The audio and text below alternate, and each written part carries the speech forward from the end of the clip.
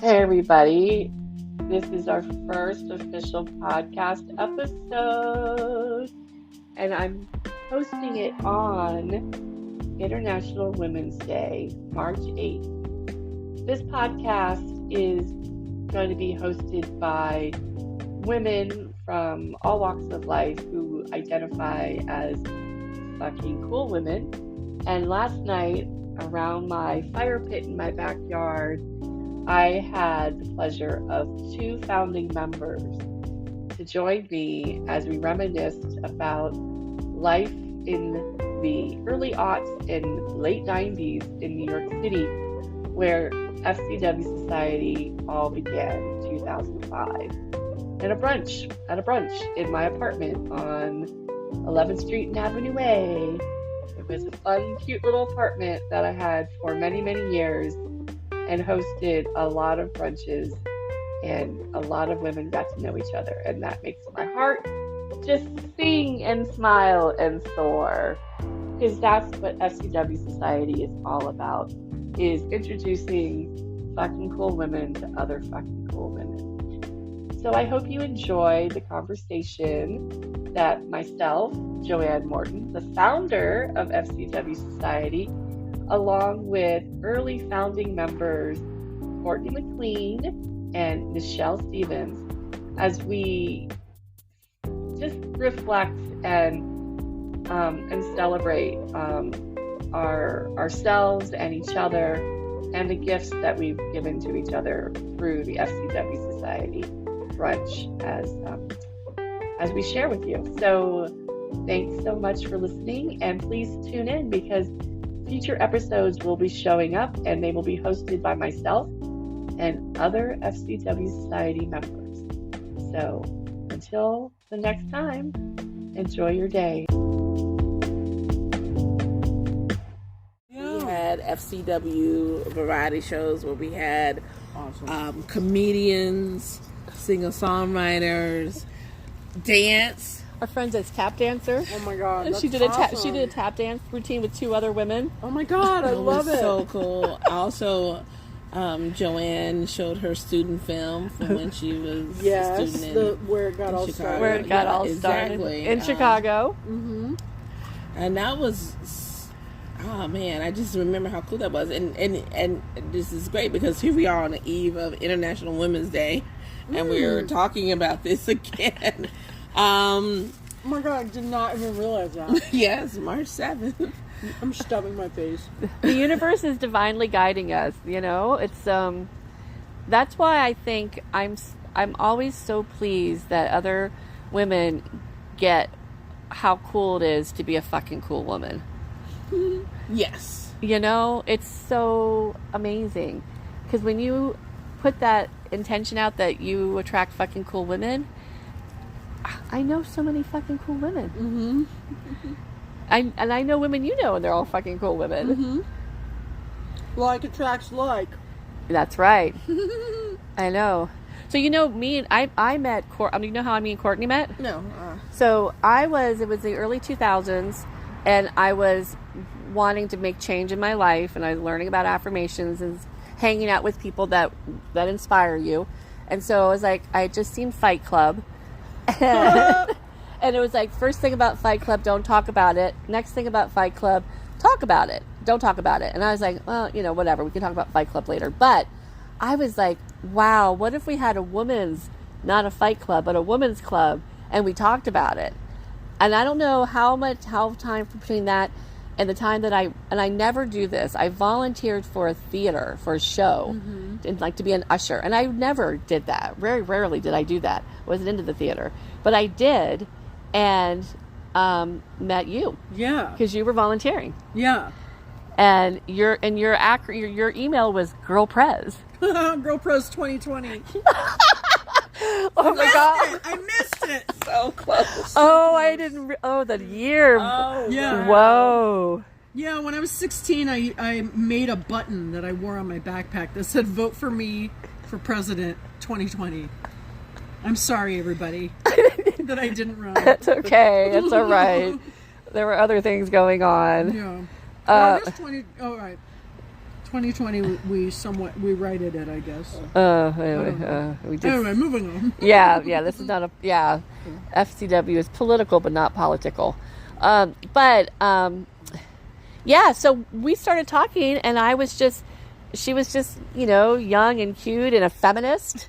I was, young and cute and a feminist, and I don't know how we started staying in touch, but I kind of shared an idea that I wanted to start a club. Mm-hmm. And so we got together with some other of our friends, and again, I don't remember who they were. I'm really bummed. Yeah. But we went to that Italian restaurant. If you remember who you were, please come and tell us. Yes. That Italian restaurant on Avenue A and 11th Street, Orologio, that had all the clocks in it. Yeah. Now I'm remembering this place. Yep, right next to Bar on A. Mm-hmm. Yeah, yep. I know. Okay, so we met there for brunch on Sunday, and that's where we came up with the acronym FCW. We called ourselves Society Ladies. Yeah. And respect, empower, celebrate. Mm-hmm. And I remember one of the conversations was we wanted to include the word feminist because this was in 2004 and feminism was getting a backlash. Right, yeah, and we wanted to hold on to that idea. Feminism just being like pro-woman. We didn't, at the time, have, or at least we didn't know the term intersectionality, intersectional feminism, but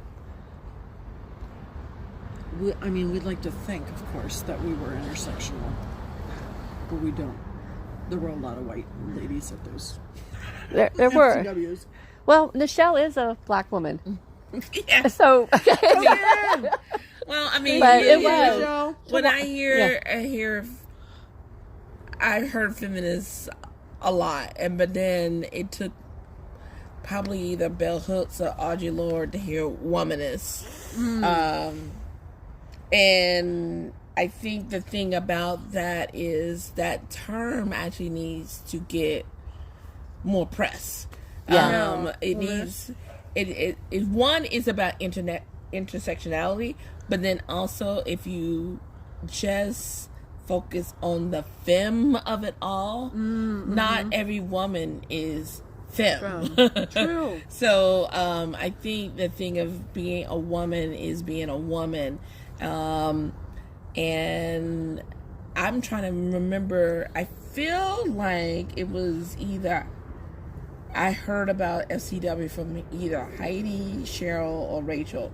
I feel like it was Cheryl, but anyway. I think it might have been Cheryl because I knew Cheryl. I feel like it was Cheryl. Yeah, I think it's Cheryl. I think it was Cheryl, and came to one of the FCW. She was fucking cool. Yeah. She was fucking cool. What's her last name? Burke. She was Cheryl B. Her stage name. She was a poet. Cheryl was a pioneer. You know, when they were back when poetry became more performance art. She was probably one of the like slam stuff. Oh, she was one of the few white girls doing slam poetry. But she was authentic to herself. Yeah. Being, Italian and Irish. She wasn't trying to be anything but Cheryl. Yeah. But she, this is the thing is, performing back then in the early 2000s, you weren't performing on YouTube. You performed in alternative art spaces. Totally. This is the 90s, honey. I was seeing Cheryl in the 90s. Yeah, you did all of that stuff. You performed. Stuff like that. So it was, but it was before putting videos of yourself online. Yep. Yeah. People that did do that were like ultra savvy. There was no. Well, yeah. I know. Because Cheryl used to date. What's her name from the Mall Girls? Not Bobby. Oh, Leah. I don't know what that is. They were on and off again a lot. Yeah. So yeah. So that's how I knew Cheryl. And then Cheryl then also brought Rachel Kramer Bustle. Yep. Yeah. And you guys did that cupcake blog. And we had a cupcake blog. Yeah, it was so fun. Yeah. I think one of the things that going back to that time is like the whole idea of grassroots, of like, let's just put on a show. Let's just have a brunch. Let's just do this. DIY. It was so DIY, and it's like and we didn't have, gosh, talk about social media. It was just like checking an email. That's true. We had a Yahoo group. We did have a Yahoo. Okay, a Yahoo group. Yes. Oh my God. A Yahoo group. Yes. Man, I forgot about Yahoo groups. Oh, they were free Facebook groups. Yes, Yahoo groups. Yeah. I know. And I guess just calling people and telling people about it. Yeah. Because we weren't texting. We still have And we phones. emailed. And we did have phones. I'm sure we did. And we did have we email. didn't do group texting or anything. Oh, like that, no, you know? uh-uh. Yeah, we still. Oh, I see what you're saying. We could call people. Okay, I'm Yeah. on it. I'm on track now. Yeah. Yeah. I remember the brunches like in your place, Joanne. Yes, that's what I was getting ready to say. Yeah, like 400 East 11th. 500. 500. 500 East. 500 East 11th Street. And like, crawling the stairs all the way up, but also just like, I remember, did you have a pink wall or Yeah. like a pink kitchen? I had a pink apartment. Pink apartment. It was a pink apartment, and just like the Empire State Building. From the we toilet? could easily see so much light. So much light. And just like, I just remember it being packed sometimes. Like, so many fucking cool women in your apartment. I remember like thanking my friend Emily tearily, like in front of so many people. Honestly, that's is the memory I remember. You were... Is me being ultra vulnerable in front of a bunch of strangers. Oh, that warms my heart. What? That warms my heart. Oh, yeah. It was like... It was a safe place to be. Yeah. And I feel like Emily was kind of like, okay. No, I'm just kidding. I don't know. I think We're still friends to this day. Oh, good. Yeah, See, that's absolutely. what lifelong friends. Totally. I do remember the light in your apartment and it being pink, and meeting a lot of really creative people, because at that time, even though I was dipping my toe in comedy, when I met you, I still was working as a management consultant. Like, I didn't quit that until I think 2006. Oh, yeah. So I still had a corporate jobby job. So going to a brunch where women are, talking about what they want out of life, and they're comfortable with their bodies. Yeah. That was the biggest thing. I think being comfortable with your body. And I had been a part of women's groups that were more about networking and stuff, but not about, just Being women. Being women. Yeah. Yeah. You never made it to one of our holiday parties, gifts parties, because you left at the Angels and Kings bar. Oh, yeah. No, I didn't. I was make trying to it think of some of that. the other venues. Yeah. Wow. So there was a bar downstairs. There were 2 bars downstairs. And because of who we are, we finagled to use the bar on Sunday night for free. Yes.